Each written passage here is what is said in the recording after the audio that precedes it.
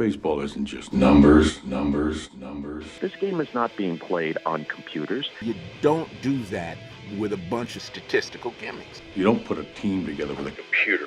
We're talking weighted runs created plus, expected WOBA, his sweet spot rate, defensive runs above average, average exit velocity, barrel rate, xFIP, BABIP, SIERA. We are above replacement radio. And welcome to Above Replacement Radio, where we're talking baseball kind of whatever. I'm your host, Chris Giant. Over there on the other side of the screen is Daniel Curran. How you doing, Daniel? Chris, I'm doing very well today. We've got another week of baseball to go over. We have an unexpected team with the best record in baseball right now. We have a team north of the border that's been sliding. We got more Savant trivia today, which I'm very excited about. And just, I was able to watch a lot of baseball this weekend, so I'm very happy about that. Yeah, that's awesome.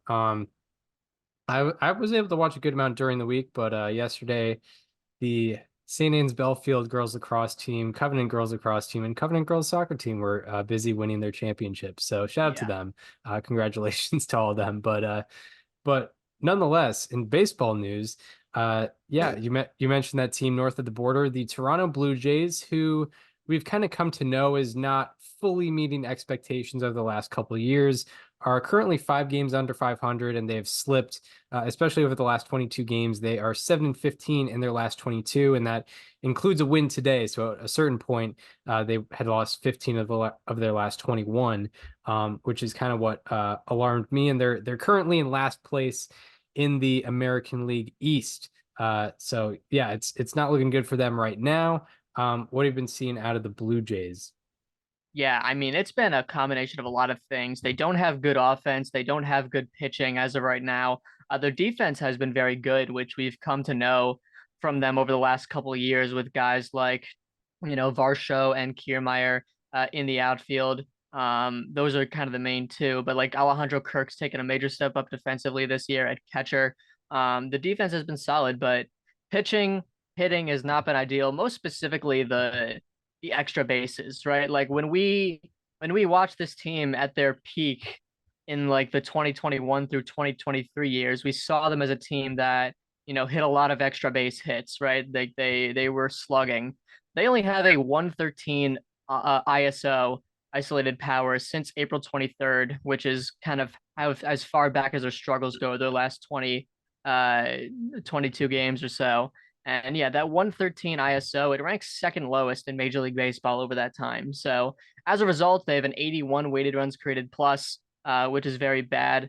So those are the offensive struggles that I've really seen from the Blue Jays.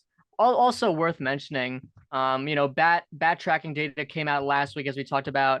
Blue Jays ranked dead last in terms of average bat speed as an organization, or as a major league team. So that could have something to do with it, right? I mean, they're not, a team that we expect a lot of power out of. They're not doing a very essential thing that kind of goes into producing a lot of power. They have I believe, like one of the lowest swing lengths in the league as a team as well. So, it feels like maybe this team isn't being coached the way that they are designed to be coached to be a successful team.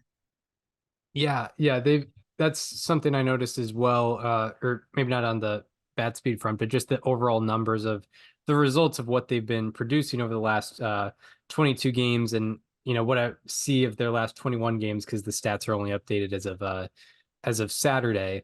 But yeah, like when we think of, you bring up a good point when you think of the Blue Jays, it hasn't been a guarantee that their bullpen is going to perform well, or their starting pitching is going to perform well, but you could always rely on that offense as a backbone, and specifically that power side.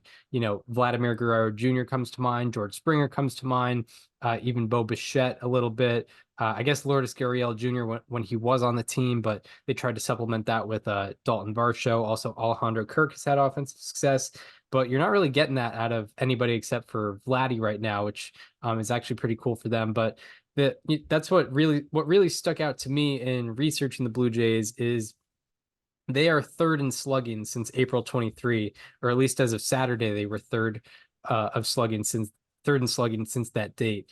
They kind of, that offense really relies on the long ball and extra base hits, and as you mentioned, they're not really getting any. And they have the third lowest slugging, they have the fifth lowest weighted runs created plus. And from an individual standpoint, so Vladdy Jr. He's been doing all right. He has an 820 OPS, although an ISO below 100. He has not been getting many extra base hits either.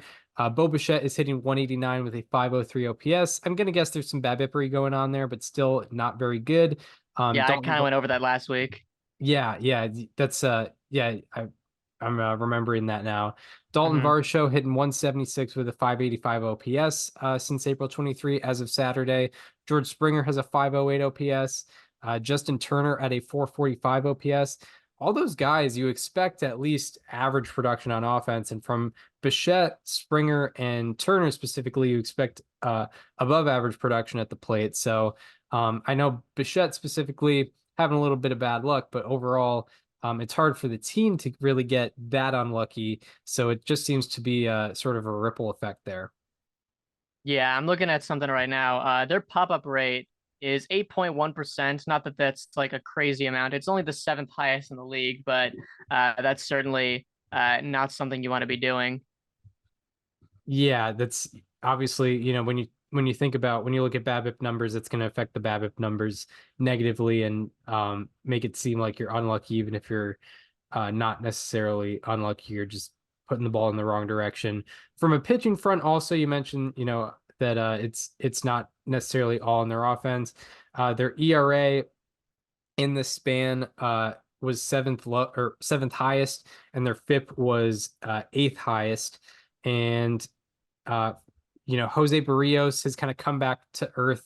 He had he had a really, really lucky start to the season. His ERA was really low, and he kind of wrongfully won pitcher of the month based off of his ERA alone. And since April 23, he has a 5.56 ERA and 6.58 FIP. So kind of coming down to earth there. Chris Bassett has a 6.53 ERA and 4.64 FIP. And it doesn't really look like their bullpen's doing well. I didn't look at their bullpen as a whole, but looking at a lot of the numbers from relievers, it's not looking great. Yeah, I mean they were up 5-0 late in the game today, and not that the high leverage guys were quite in, but they did make it a little close at the end. Isaac Paredes hit a home run in the ninth. He got a couple guys on. They had to bring Jordan Romano in today to lock it down. So I know that today it wasn't particularly easy. Yeah, since April 23, their bullpen has a 4.66 ERA and uh uh a FIP over 4 as well. They have the sixth worst bullpen ERA uh and the sixth worst bullpen FIP. So not looking good there either. Although, I mean, I think historically the Blue Jays have never had the relievers be their strong suit, but still, that's not contributing well. So yeah, it's the Blue Jays have gotten off to a slow start. I think it's recoverable. Obviously, they're probably not going to compete for the division, but there's three other wild card spots, so that's obviously an option for them. But it seems pretty competitive this year with a lot of new teams coming in, and they've kind of made it tougher for themselves by starting out this way. Yeah, no, it has been. They have made it a bit difficult, especially in that division. Yeah, I mean, like you can't. Yeah, I would say the division. I don't want to say it looks like a wash, but it definitely looks pretty unlikely at this point. They're 11 and a half games out behind the Yankees. Wild card is very much a possibility. You can't rule that out. But even then, right? Like we've seen 2 straight years, the team kind of sneaks into the wild card as one of the last seeds and gets snuffed out immediately. So like even the best case scenario of them, kind of sneaking into a wild card spot right now, they have to perform in the playoffs for this season to not be considered a disappointment, right? Because they might be 19 and 25 right now, but at the end of the day, we looked at this team as a team with a closing window, and we needed to start seeing something now. And this is the time. They haven't really gotten off to the strong start that they want right now. I mean, if they need any signs of encouragement, Alek Manoah has looked really good over his last couple of starts. He threw 7 shutout innings today. That is huge for them because, I mean, he had a really bad year last year, not just in the majors, but even when they sent him down to the complex league and other levels of the minors, he struggled there. So To see him performing well against a good Tampa Bay Rays lineup, it's very encouraging to see. And you'd hope that could kind of complete that rotation a lot more with Gosman being who he is. He's gotten a bit unlucky this year with the ERA and the BABIP stuff. Fine, Barrios, he's regressing, I think, a little beyond the mean. He was obviously, like you mentioned, uh, having a much lower ERA than he deserved based on his FIP numbers, and he's regressed lately. But I think he's regressed beyond who he reasonably is at this point. He has like a 6 FIP over this span. And then Yusei Kikuchi's been solid as well. So Manoah kind of getting back to form would be a major upgrade for this team. Kind of one of those like in-house additions that GMs always talk about around the trade deadline. Yeah, for sure, for sure. Because I imagine, yeah, also with Manoah, his control is winding down a little bit. He's not necessarily. I know he's not a free agent after this year, but I imagine in the next couple of years he's a free agent. Yeah. So yeah, I mean, obviously, and also I think they're cursed with, if they do end up the 6th seed, they are cursed with being the AL 6th seed. And we all know if you're the AL 6th seed, you're toast. If you're the NL 6th seed, you're on your way to the World Series. So what they can try to do, they could try to, they could try to campaign to be in the National League, like the Expos were. I guess that's the potential connection they can have. But unfortunately, they're in the American League. So if they're going to get that 6th seed, they're going to get eliminated in 2 games, unfortunately. So that's just the way it works, unfortunately. So yeah, they're going to have to try to, play some catch up here. They still haven't won a playoff game since 2016, pretty which crazy. is wild because they've had 3 postseason appearances since. Yeah, exactly. And they weren't, and they were favored in at least one of them. I know that they had to have been favored against the Mariners. Yeah, they definitely were. I mean, it was a little 50-50 against the Twins. The Mariners, I would have to imagine they were favored. The Rays, they were not winning that series. That was, it was the first year of the window. It was kind of the, hey, they'll be back year. They just ran into a buzzsaw this year. But yeah, it hasn't really come to fruition since. Yeah. Vlad Jr., he's been hitting well, but kind of like the rest of the team, he isn't slugging. I know that's, kind of a nitpick because he has like a 480 batting average in his last like X number of games or something like that. But, that's when you think of Vlad Jr. and who he was in 2021, you think of a guy that lifts the ball. You think of a guy that hits a lot of home runs, hits the ball hard, and he's still hitting the ball hard. His exit velo has been well above 90 pretty much his entire career, but we just need to see more elevation out of him. Right, exactly. Yeah, he in since this April 23 span, I know he's like hitting 333 but slugging like a league average 420. So yeah, I'm wondering what that's all about. I know last year I think he had a little bit of trouble of just hitting it to the wrong part of the ballpark when he was lifting it. But his average launch angle this year is below 7. His ground ball rate is 49%. Line drive rate is good, but his fly ball rate is 18.5%, which is like, you're Vladimir Guerrero Jr. You average almost a hard hit ball. Can you try to hit it in the air a little bit? It would be nice. By the way, the league average or the league OPS right now is at 698. Like, we need to get that up because seeing the way that some of these OPSs and OPS pluses line up is so bad. Like, Davis Schneider has an 866 OPS, which is very good, but it's not a 149 OPS plus. Yeah, no. I can't just be looking at different, because I feel like every year I look at it, it's very different every year, because I think the league OPS was in the 730s last year. Before that, it was 734. Yeah, it was 734. Before that, I think it was 706. And then before that, it was like back in the 720s. It's just hard to keep track of how much people are above or below average. It's tough out there for a sabermetrician. We just need like I think we just need OPS plus to just, instead of being set at the league OPS, just set it at 715 no matter what. Yeah. I'm not that's a joke. I'm not actually advocating for that, but like when I see a 715 OPS, I'm like, that's a 100 OPS plus. Yeah, yeah. And obviously ballpark dependent, but in most cases I'm like, that makes sense in my head. Yeah, Barry Bonds had a 350 OPS plus Mhm. in 2004. So Yeah, that's what we'll exactly. say. Yeah. And Hannes Wagner's career OPS plus was like in the 120s, not Yeah. 150.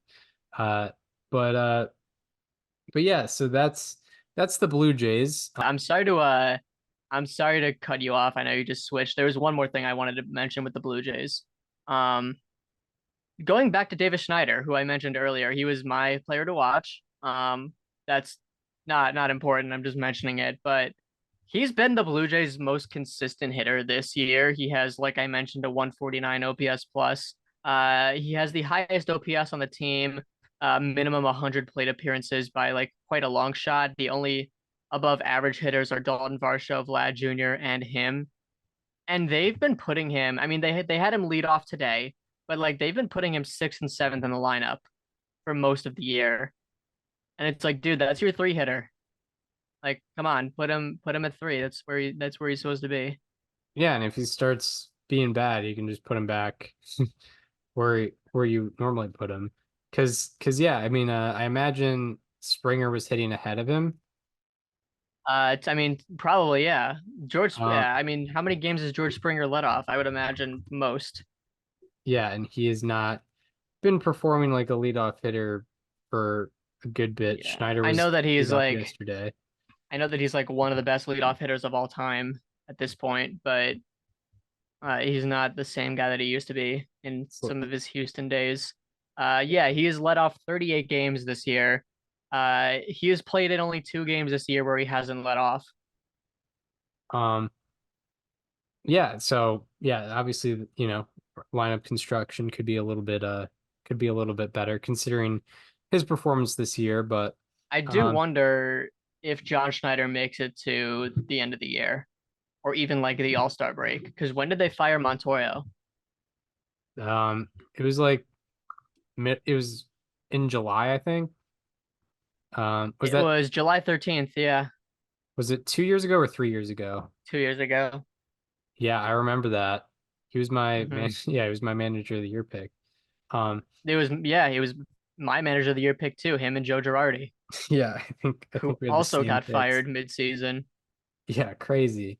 Um, so yeah, yeah, it's interesting to look at that. And yeah, with the Blue Jays, I think for the past 3 years we've been talking about, them performing, even though they've made the playoffs, still performing below expectations. And, I think a lot of that does tend to get thrown on the manager. So yeah, you have to wonder what the moves are going to be up there. Um, Anything more on the Blue Jays? I think that's all I had. Yeah. So yeah, on the other side of the spectrum, the Philadelphia Phillies have the best record in baseball. There's a lot of teams who, if you said, hey, May 19th, who's going to have the best record in baseball? A lot of people would say Dodgers, Braves, maybe Orioles. Yankees, Orioles as well, maybe even Astros, but it is the Philadelphia Phillies, who, not only lead the NL East, but lead all of baseball in wins. They are 34 and 14 or 35 and 14, but they've won 26 of their last 32. What have you been thinking about what the Phillies are doing? Yeah, it's interesting because like you think back to earlier this year, and I think it was kind of a foregone conclusion for most baseball fans that like, yeah, the Phillies were going to compete for the playoffs. They were going to solidify a playoff spot pretty comfortably early in the season. But I feel like a lot of people didn't really even consider them making a run at the division, uh, because the Braves have handled it so cleanly over the last 6, 7 years now. But the Phillies are leading the division right now. They are up. The Braves are about to lose, so they will be up by 5 games over the Braves at the end of this because they beat the Nationals today. And it's I'm sure you have numbers on it, but it's been the pitching. Yeah, it's been both. It's been both offense Hmm. and um, pitching. Starting pitching particularly has been really, really good. Heading into Sunday, since April 15th, the Phillies are second in weighted runs created plus, first in BSR, which I found pretty interesting, third in Wow. stolen bases, third in ERA, second in FIP, and first in starter ERA. their starter ERA since April 15 heading into today was 2.42, which is like Cy Young level from a whole starting staff, which is pretty crazy. But yeah, they, on all fronts, it's been pretty cool. I believe Bryson Stott has had a 179 weighted runs created plus and 10 stolen bases in this 32 game span. He's probably been the team MVP. If not, it's probably Zach Wheeler, If Ranger not, it's Alec Suarez, Ball. or it could be Alec Bohm, but Yeah, from an offensive perspective, at least. maybe from a hitting perspective. But yeah, he does lead in F4. So yeah, Bohm has probably been team MVP in this span. But yeah, it's been a lot of different players performing at a really, really high level. Yeah. Going into the pitching, the Phillies have 6 pitchers that have an F WAR above 1 this season. It's Zach Wheeler, Ranger Suarez, Christopher Sanchez, and Aaron Nola all in the rotation. And then also Matt Strahm and Jeff Hoffman out of the bullpen. Both have been excellent, haven't allowed homers yet. In the 5 spot, it's been kind of a rotating door of Spencer Turnbull, who has solid ERA, lesser FIP, and then Taiwan Walker, who has struggled a bit, but yeah, they've been getting so much out of all their pitchers. They only have 2 pitchers that have appeared in any games this year. 3 pitchers that have appeared in any games this year that have negative F4. Um, so yeah, they've had a really consistent rotation. They've not just rotation, but bullpen also. They've gotten so much from so many guys. Ranger Suarez has been kind of his 2021 self, really. I mean, a 1.37 ERA, 0.61 home runs per 9. Like he's been excellent. Yeah, for sure. It's been because I've been waiting for him to cool off for quite a while now, and it just hasn't really happened at all. He's been a soft contact machine. He's had good strikeout and walk numbers as well. Obviously, with the soft contact, hasn't been allowing home runs. And specifically in the Phillies last 32 games, he has a 0.86 ERA. I mean, that's crazy. He's been up there with Shota Imanaga, who's been getting a lot of press lately for good reason, but Ranger Suarez could be getting that same recognition. Zach Wheeler also in the span, 2.21 ERA, 2.93 FIP. Aaron Nola, this doesn't include today where he had a little bit more of a rough start, but still got the win. But his 6 starts heading into today, or his previous 6 starts heading into today, was a 2.57 ERA and 2.43 FIP.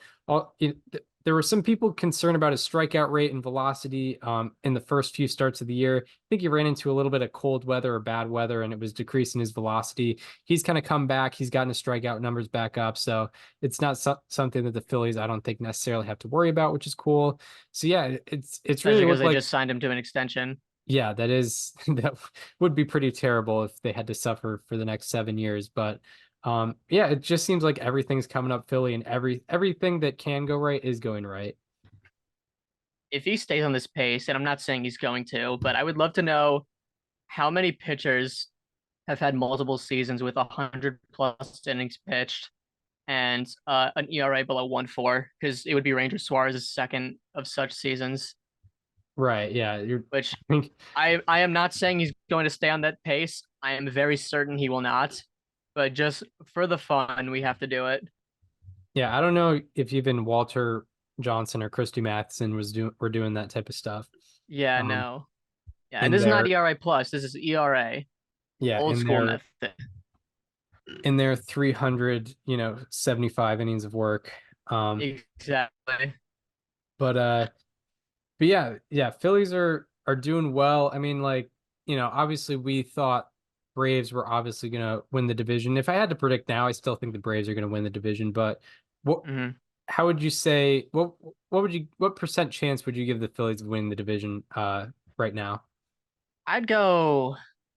I mean, they're up 5 games and they look really good all around. I would give it like a 35% chance. I wonder what Fangraphs has.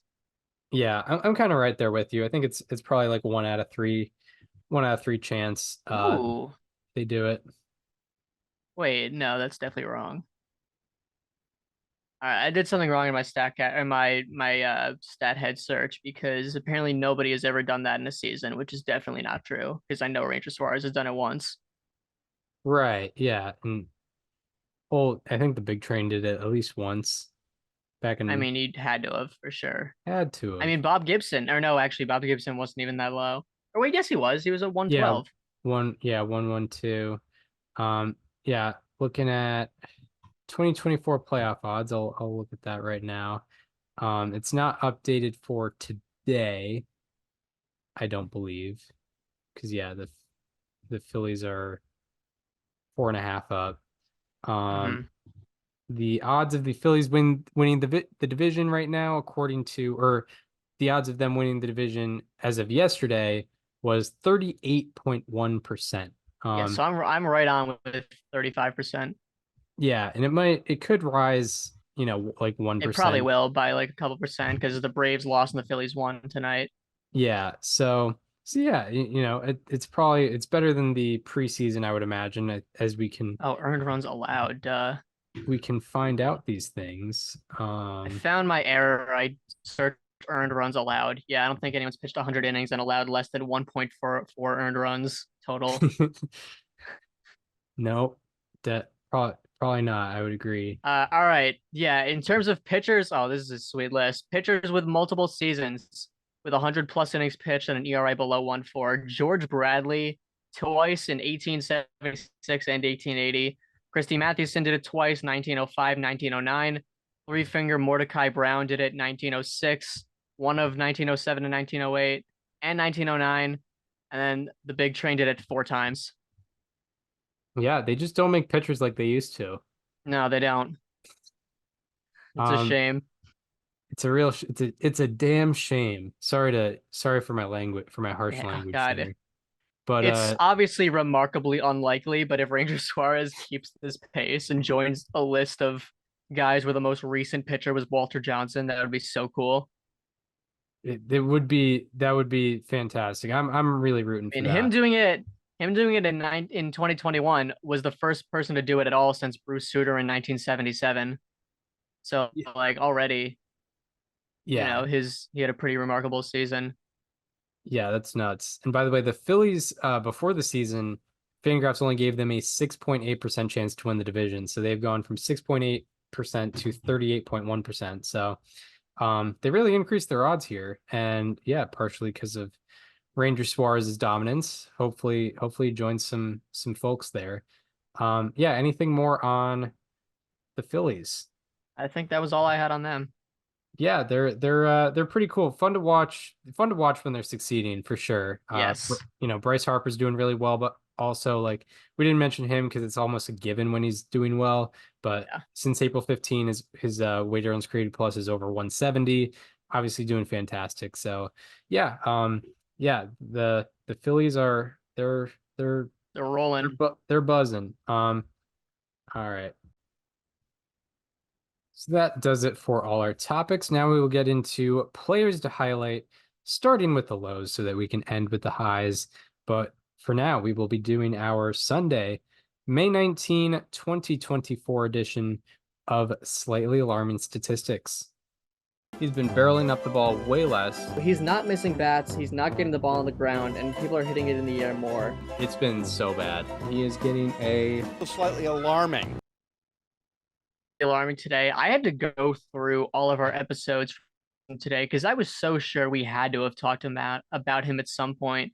Because this is a full season slightly alarming from a guy that we both had top 20 on our overall list. We both had him number 1 on our positional lists. And not that it's an L on us because everyone was very high on this guy, but no, we haven't talked about Corbin Carroll yet. And the reality is he's been slightly alarming this season and pretty emphasis on slightly. Last week, Boba I wasn't too worried about, but Corbin Carroll, so far this season, including today, he is slashing 191, 281, 272 for a 553 OPS, a 63 weighted runs created plus. And among the 162 qualifiers for this season, Corbin Carroll ranks 4th worst in average, 3rd worst in slugging, 4th worst in OPS, and 8th worst in weighted runs created plus. He has been a bottom 10, maybe even bottom 5 hitter this season. which is not good. This downfall is pretty much due exclusively to his batted ball data. You know, this isn't really something where you have to dig deep. His strikeout rate is actually down from last year. His walk rate is up from last year. He's chasing a little less. He's whiffing a little less. This is very much in the results that he's getting. His average exit velocity, it was 90 miles an hour last year. It's down to 86.7 miles per hour this year. That is a 3.3 mile per hour decrease in average exit velocity, and that is tied for the 10th steepest decrease among all qualifiers. His sweet spot rate has also dropped from 32.7% to 26.3%, the third steepest decrease on the same list. But the big one is the difference in fly ball rate and pop-up rate. His ground ball rate is the exact same as last year. His line drive rate is like 0.2 or something off. He is essentially taken from his fly ball rate and given it to his pop-up rate. His fly ball rate last year was 24%. This year it's 16.8%. And his pop-up rate has gone from 7.3% to 14.6%. He has exactly doubled it. That is a 7.3% increase, the fifth highest. His extra base taken rate has also gone from 72% to 50%. You know, a lot of why Corbin Carroll was so successful in terms of wins above replacement last year was because he had a generational base running season. He had like 16 base running runs on Fangraphs or something like that. He's been an average base runner this year in terms of those extra bases taken, which it plays a lot into your defensive metrics and also your wins above replacement. So Corbin Carroll has not good this year, to be blunt. You know, we kind of talked about the Diamondbacks as a team we weren't super high on this year. None of it was because of Corbin Carroll, but if they can't get him, this team is going to have a really hard time finishing above the Giants or the Padres in the division this year. Yeah, Corbin Carroll. Slightly alarming. Shout out. I think Bullish Bailey was probably the lowest on him on all the rankings I saw. Bullish Bailey had him like 27, so that's right. He did. That's a potential victory for him. Yeah. My slightly alarming is another outfielder from last year's World Series, who we also had in our top 50s and top 10 positional lists, talking about Adolis Garcia. Mine's definitely kind of slightly, it's not really anything too eye-popping. It's just he's been struggling for a little over 3 weeks now. In his last 21 games, he is hitting 183 with a 578 OPS and 55 weighted runs created plus. Out of 177 qualifiers in the span, his on-base percentage is 11th lowest, and weighted runs created plus is 13th lowest. However, his underlying stuff is actually a little bit more alarming than the on-the-surface stuff. Out of 114 hitters with 300 plus pitches seen in the span, Adolis Garcia's expected batting average is 4th lowest, and expected WOBA is the lowest. Before this span, he had a 23% strikeout rate, and in this span, he has a 33% strikeout rate. And out of 177 qualifiers, his strikeout rate is the 12th highest. Before this span, his whiff rate was 28%, and in this span, it is 33%. And out of 114 hitters, his whiff rate is 15th highest. And specifically, in any time Adolis Garcia struggles, it seems to be against this pitch. On four-seam fastballs, he is hitting 100 and slugging 150, and he has an expected batting average of 101 and an expected slugging of 187 on those four-seam fastballs. So it's not really a matter of bad luck. And also on four-seam fastballs, he's a 38% whiff rate, which is far above, the major league average. Typically, hitters make contact a lot more with four-seam fastballs. It's been the opposite with Adolis Garcia. So a sub 600 OPS over the last 21 games, the lowest expected WOBA in baseball among hitters with 300 plus pitches seen. So Adolis Garcia is going to get a slightly alarming. So now we go from the lows to the highs, where we talk about players who have been particularly outstanding as of late. We are going to be doing our Sunday, May 19, 2024 edition of How About That? He's striking out less, walking more, and he's also making better contact. Turning into a strikeout machine just out of nowhere. He's been excellent all around this year. And he is getting a... How about that? Yeah, so my how about that is on the Philadelphia Phillies. You mentioned him earlier. I am talking about Bryson Stott, because yeah, I mean, these numbers deserve to go a little deeper. Since April 28th, he is slashing 392, 542, 745 for a 1287 OPS, a 249 weighted runs created plus, and 1.7 FWAR. Among the 176 qualifiers in this span, Bryson Stott ranks second in batting average, first in OBP, second in slugging, second in OPS, second in weighted runs created plus because Aaron Judge exists, and also second in FWAR. He also ranks third in walk rate at 22.2%, fourth in strikeout rate at 8.3%, and overwhelmingly first in walk to strikeout ratio at 2.67. The next best is 1.60. So he is walking at more than double the rate, almost triple the rate that he's striking out in this span, which is pretty tremendous. Before this span, Bryson Stott swung at 43.6% of all pitches thrown to him, and he had a chase rate of 29.4%, which is a little above league average. And in this span, he has swung at just 36.2% of pitches thrown to him, and he has lowered his chase rate to just 18.9%. So he is swinging a lot less, both at pitches in the zone and out of the zone. And that 32.6% swing rate ranks the fourth lowest among the 195 hitters with at least 200 pitches seen. His chase rate ranks 18th best among the 197 hitters with at least 100 pitches thrown on the outside of the strike zone to them in this span. But before this span, so that goes into his swing decisions and how those have been impacting his game and why those numbers are so good with the walks and the strikeouts. So now let's get into what he's doing with the bat when he actually does swing it. Before the span, he had an average exit velocity of 84.2 miles per hour. That was the sixth lowest among the 206 hitters at the time with at least 50 batted balls. And in this span, it is up to 89.9 miles an hour. He's raised it by almost 6 miles an hour. He has also raised his fly ball rate from 19.6% to 27% before and since this span. He has also increased his pulled fly ball rate from 6.1% to 12.8%. So he has more than doubled that. And lastly, before this span, his squared up rate on swings was 29.7%. And in this span, it is up to 36.7%, the sixth highest in the majors. So Bryson Stott is making much better swing decisions. He's lifting the ball more. He's pulling the ball more. He's getting a lot more of the attainable exit velocity on his swings. And because of this, he's been one of the best hitters in the league over the last few weeks. Yeah, Bryson Stott. How about that?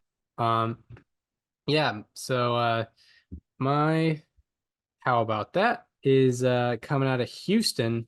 There's a lot of great bats in Houston, but when you think of them, you do not think of Jake Meyers, but Jake Meyers has been that in the month of May. In the month of May, in 52 plate appearances, he is hitting 391 with an 1136 OPS. That includes today. The rest of the stats I'm going to mention will not include Sunday. His next stats will be from before Sunday, and as a result, that will not include his day today where he had a 3-for-5 day with a double. So, imagine all these stats even better, considering these are all going into Sunday. So after Sunday, they'll be even better. But out of 235 hitters with 40 plus plate appearances in the month of May, Jake Meyers average ranks 8th, on base percentage ranks 9th, and slugging ranks 8th, as well as his OPS ranking 8th. Out of 239 hitters with 150 plus pitches seen, Jake Meyers' expected batting average ranks 4th, and expected WOBA ranks 11th. Before the span, his average exit velocity on non-bunts was 90.9 miles per hour, and in the span, it is 94.7 miles per hour, nearly a hard hit ball. Out of 260 hitters with 25 plus batted balls in the span, his average exit velocity ranks 17th. Before May, Jake Meyers' line drive rate was 18%, and in this span, it is 44%. 44% line drive rate. Wow. Out of 260 hitters, his line drive rate ranks first. And prior to May, his hard hit line drive rate was 3%. In May, his hard hit line drive rate is 34%. And out of 260 hitters, his hard hit line drive rate ranks second. He is hitting 636 and slugging 1182 on those hard hit line drives. Prior to the span, his sweet spot rate was 28%, and in the span, it is 53%. Out of 260 hitters, his sweet spot rate ranks second. And also before May, his hard hit sweet spot rate was 10%. And in the span, that hard hit sweet spot rate is 40%, which ranks second out of 260 behind Aaron Judge. Yeah, Jake Myers has been an elite line drive hitter, elite exit velocity guy as well. He's averaging nearly a hard hit ball, which is something I would not expect from a guy who's pretty much been known as a defensive specialist. So Jake Myers really contributing offensively for the Houston Astros, and he is getting a. How about that? All right, so that shall do it for players to highlight. Now we're going to get into our Savant trivia segment. So excited. It is my turn to deliver the goods and set up a game. So my game is called What Kind of Hit Is It? It is, so I'm gonna give you solely the exit velocity and launch angle. I have the video of all of these hits, all 5 of these hits. And like you, I will provide 2 lifelines, but I have 3 different subjects you can choose. If you want to use both of your lifelines on one subject, that's cool with me. But you're not going to be able to use all 3 throughout the game because there's 3 of them. Oh, okay. But I have one life. So lifeline could be used on the batted ball direction, and I'll give you whether that's a righty or a lefty. So it can be pulled straight away, opposite field. I tried to avoid gappers, but I think there's one that's kind of like a fringe, like could be pulled, could be straight away, but it's only one. I could give you the sprint speed percentile because that could be pretty important in regards to what kind of hit is it? Could it be a single, double, triple? So I'll give you that if you ask for it. The sprint speed percentile of the player, and then of course the ballpark. I can give you the lifeline on that. But yeah, so. All right. So I'm guessing like the results, like single, double, triple, home run, fly out, ground out. Just it's I'm giving you that it is a hit. Okay. Okay. But I'm gonna have you guess single, double, triple, or home run. So you have 4 options. So I have cool. Based on the exit velocity and launch angle, and one of those lifelines if you choose to use it. I only have 2. So first hit is an exit velocity of 97.2 miles per hour, launch angle of 15 degrees.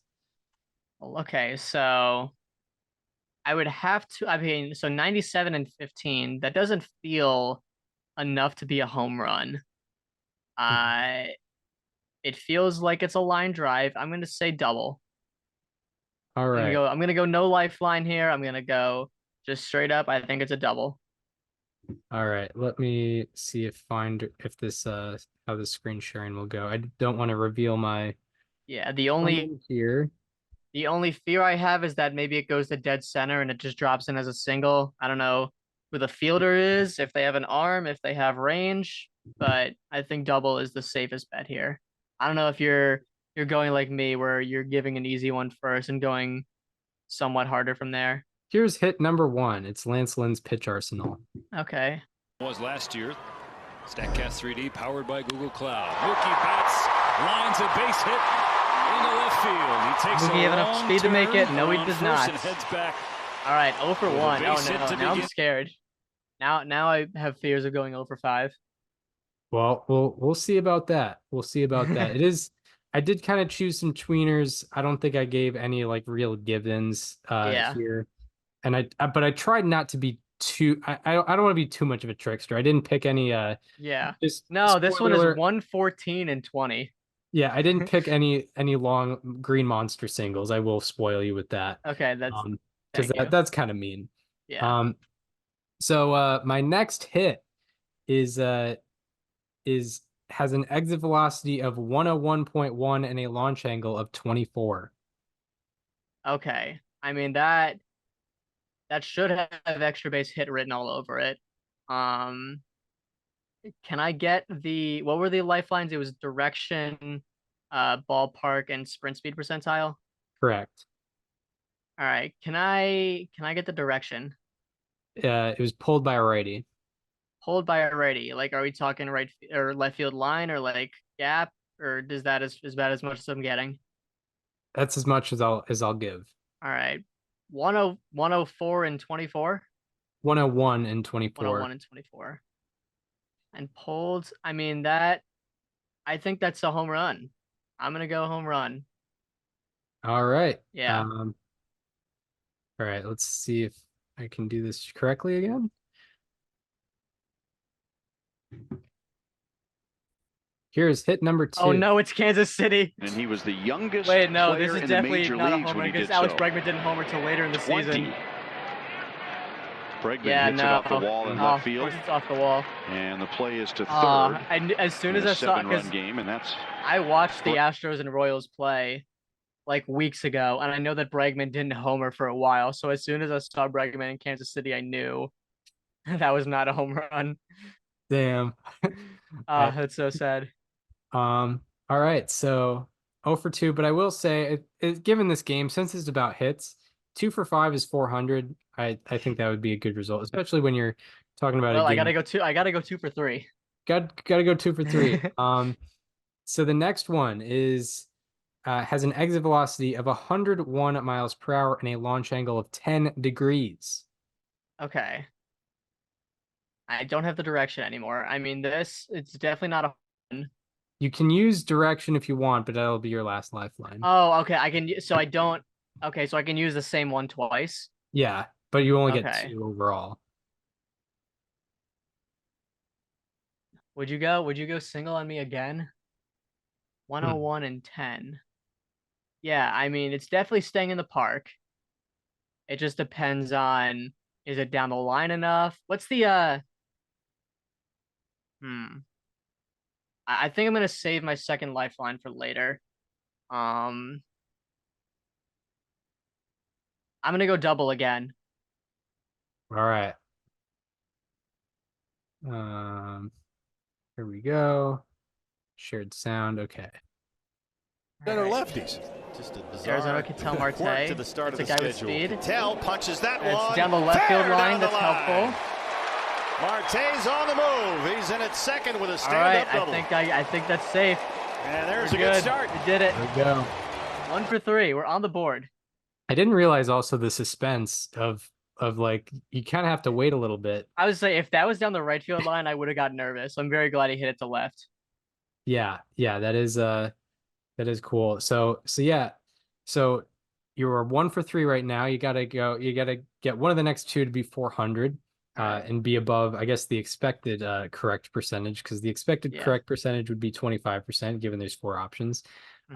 So yeah, my next one has a 104.5 mile per hour exit velocity and a launch angle of 22 degrees. 4 and 22.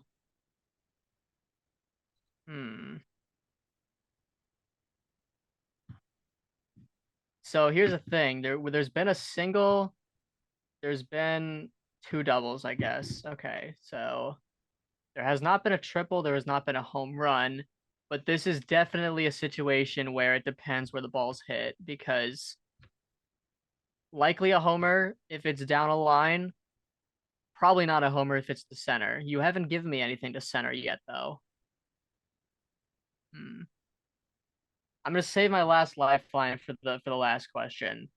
I'm gonna go home run. You haven't given it to me yet, so my guesses have gone double homer, double homer. All right, let's take a look-see. We're staying in Chase Field for this one. Christian Walker. Before we had the B delay. And so Montgomery, because the delay was so long, was that's scratched and say so long. Christian Walker. There we go. 2 for 4. We are back. We're still back. All right, I just needed to warm up. That's all. Oh, it's still playing in the background. All right, there we go. Daniel's 2 for 4, making a comeback. Yeah. Will he be able to get to 600 here? All right, our next one has an exit velocity of 107.1 and a launch angle of 6 degrees. Okay, so that's a ground ball. Can I get the sprint speed percentile? 93rd. Okay. I'm gonna go triple. All right. It's the one we haven't had yet. I haven't guessed it yet. That's a quick percent. I mean, it's got to be down the right field line enough. But I mean, if I see Jarren Duran, I'm feeling real good about myself right now. I'll tell you that. All right. Four-seamer. Oh, no way. Three-pitch guy. Shot to Oh, that's not a triple, though. Conforto will dig it. Big turn. Duran with a well-struck single right out of the gate. I felt like that is really funny. I felt like kind of a dick putting that. I didn't know you'd pick sprint speed percentile there, but yeah, I mean that's a ground ball. Yeah, it was Jarren Duran. Right. he has 7 triples this season. I hadn't picked 6 going. Yet. Yeah, 6 going into today. But no triples today. That is really funny that I just said if I see Jarren Duran, I feel real good about myself. But I was like, I watched the game against Webb. I don't think he tripled in this at bat. And as soon as I saw it off the bat, I was like, oh, he's not getting a third on that. No way. Yeah, well, that was. I went 0 for 2 with lifelines. Yeah, that right. But yeah, 2 for 5 overall. I'll take it. 2 for 5 is that's pretty solid. But yeah, good second Savant trivia there. I think I had a name thought of, but I just blanked my mind recently. But yeah, we'll get to that. But yeah, it's a fun weekly thing to end the show on. Sure. But I already know what I will say the theme of mine next week, and we're switching it up a bit. It's going to be a bit of a different thing, but I think it'll still be very fun. Yeah, I'm looking forward to that. But yeah, we will find out about that next week. But for now, that is it for this installment of Above Replacement Radio. We hope you enjoyed this one. If you are listening on Apple Podcasts or Spotify and want to watch the conversation as it happens, go to the YouTube channel. It's called Above Replacement Radio. On this episode, you can check out where all those hits went, so you can see us whether we're telling the truth or not. But yeah, so check out that. Check out the guest interviews. We've interviewed Chris Rose, Jeff Passan, Foolish Bailey, Sarah Lang, Mike Petriello, among others. That is all in a playlist on our YouTube channel. Go check out all that. Also, follow us on social media. Follow me on Twitter at @_Gianta, and follow Daniel on both Twitter and Instagram at Daniel_current, and follow the show Instagram at Above Replacement Radio for all the show needs.